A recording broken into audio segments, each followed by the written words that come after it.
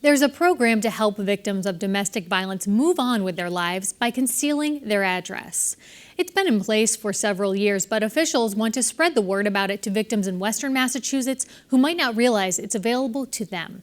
Carolee McGrath sat down with Hampden County District Attorney Anthony Gulluni and former prosecutor and director of the YWCA Elizabeth Dineen to learn more. Secretary Galvin had started this some number of years ago, and it's worked to great success to protect victims and survivors of domestic violence for many years, but they looked at the statewide usage of the program and realized that in Western Massachusetts the numbers were lower in proportion to our population.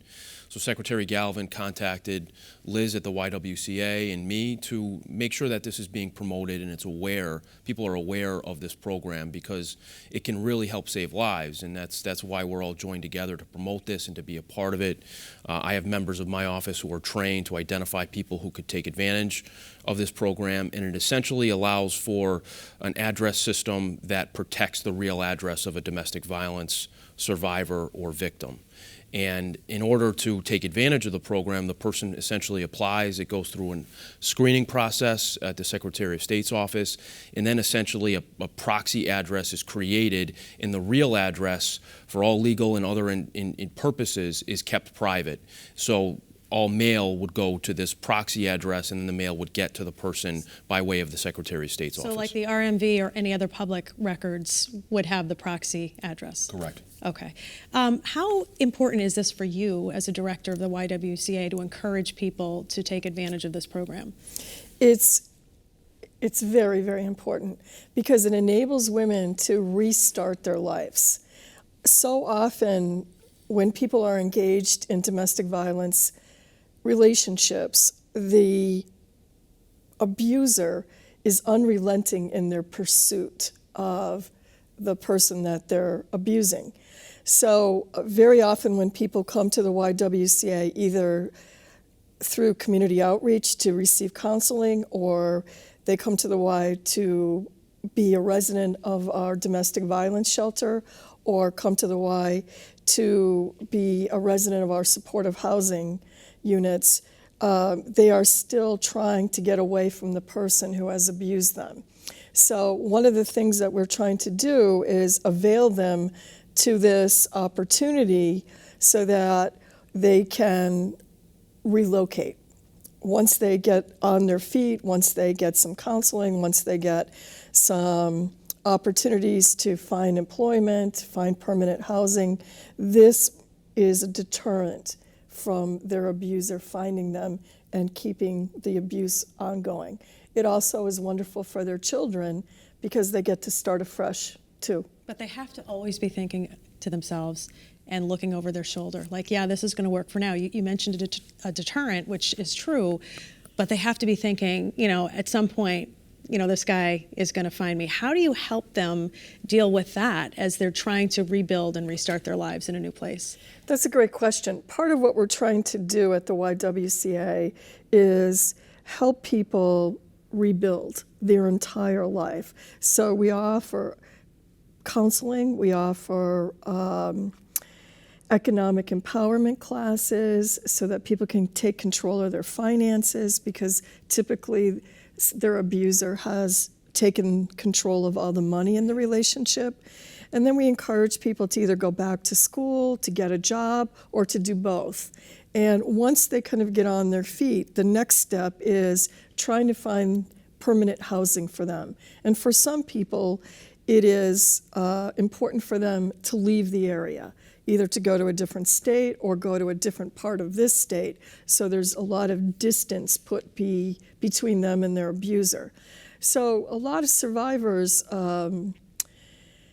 when they find out about this program, are extremely excited. And I had mentioned earlier when we were talking that there was a woman who had been a resident in our shelter for 7 months who moved to the other end of the state, who we just heard from last week, who has been relocated for 10 months. She has a brand new job. She's making great money. She's got a wonderful house that she was able to buy, and her 3 kids are doing fantastic in school. And as a result of this program, 10 months has gone by where they have not heard or had any contact with the abuser. And she wrote a letter back to the Y just saying, thank you so much. I feel as though this is the best thing that ever happened to me, having the support I got at the Y and being involved in this particular program.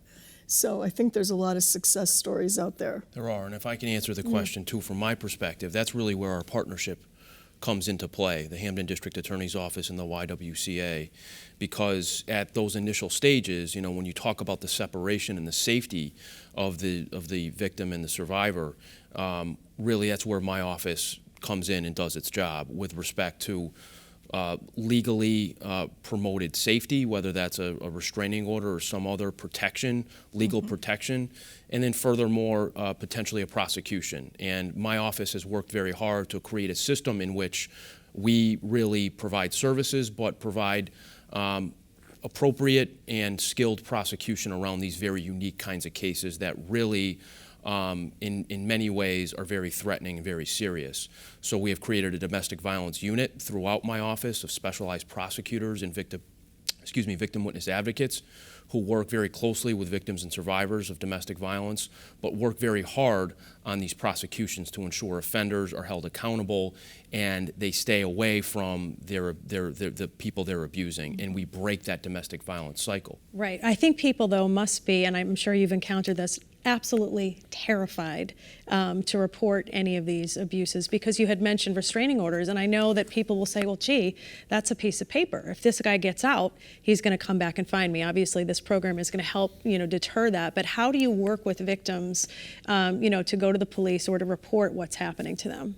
Well, typically it starts with a restraining order or some other judicial protection. While it is a piece of paper, we stay in very close contact with our victims and survivors. We ensure that the victim witness advocates are a call away, but most importantly, in emergency situations, the police are a call away, and to never hesitate. And our police partners are terrific in dealing with these kinds of very sensitive cases. But then it turns to a prosecution, and sometimes it's the Commonwealth, it's my office requesting detention for an accuser to ensure that the abused, the victim, is kept safe. And we work very hard to surround that victim or survivor with services and everything that we provide in the communication. Our advocates work so hard to maintain really daily contact with these individuals throughout the course of a case, and sometimes beyond that, to ensure that with the services of the YWCA, they're really moving forward and breaking that domestic violence cycle. So they know that somebody has their back. If you could just explain a little bit about people who have rebuilt their lives. I'm sure for men and women going through this, it's got to feel hopeless. But there is hope of rebuilding, yes? There's definitely hope of rebuilding.